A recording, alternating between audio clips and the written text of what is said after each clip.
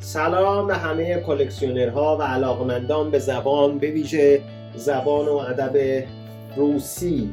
من حمید آبروش هستم و به کانال ایران کالکشن خوش اومدید، جایی که زیبایی دنیای کلکسیون ها رو کشف میکنید.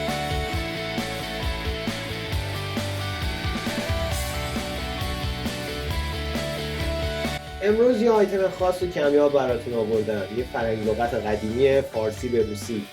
همونطور که میبینید 2 تا جلد از این فرهنگ لغت ارزشمندی داریم که خیلی خوب حفظ شدن. کتاب‌ها با جلد آبی با حروف نقره‌ای حس ظرافت و قدمت خاصی به آدم میدن. عنوان کتاب هم به فارسی و هم به روسی نوشته شده: فرهنگ فارسی به روسی یا پرسیدسکا روسکی سلاوا.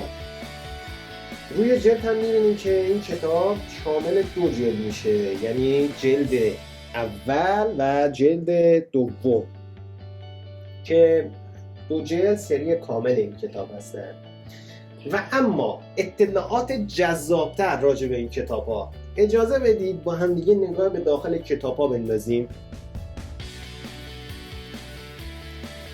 می‌بینیم که این فرهنگ لغته توسط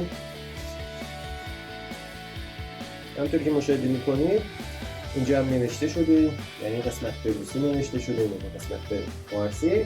مشاهده میکنید که فرهنگ لغت توسط آکادمی علوم اتحاد جماهیر شوروی یا به روسی آکادمیا ناوک SSSR و مؤسسه شرقشناسی تهیه شده.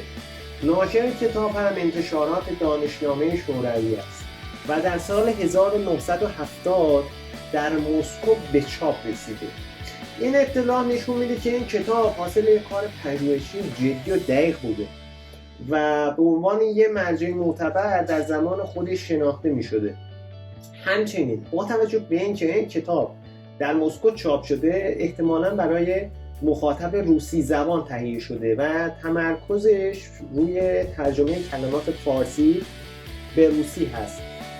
این فرهنگ لغت نه تنها یه ابزار زبانی ارزشمنده، بلکه یه اثر هنری و تاریخی نیز محسوب میشه. طراحی جلد، کیفیت چاپ، حتی کاغذ استفاده شده توی کتاب، همگی نشان از توجه به جزئیات و اهمیت این اثر زمان خودش داره.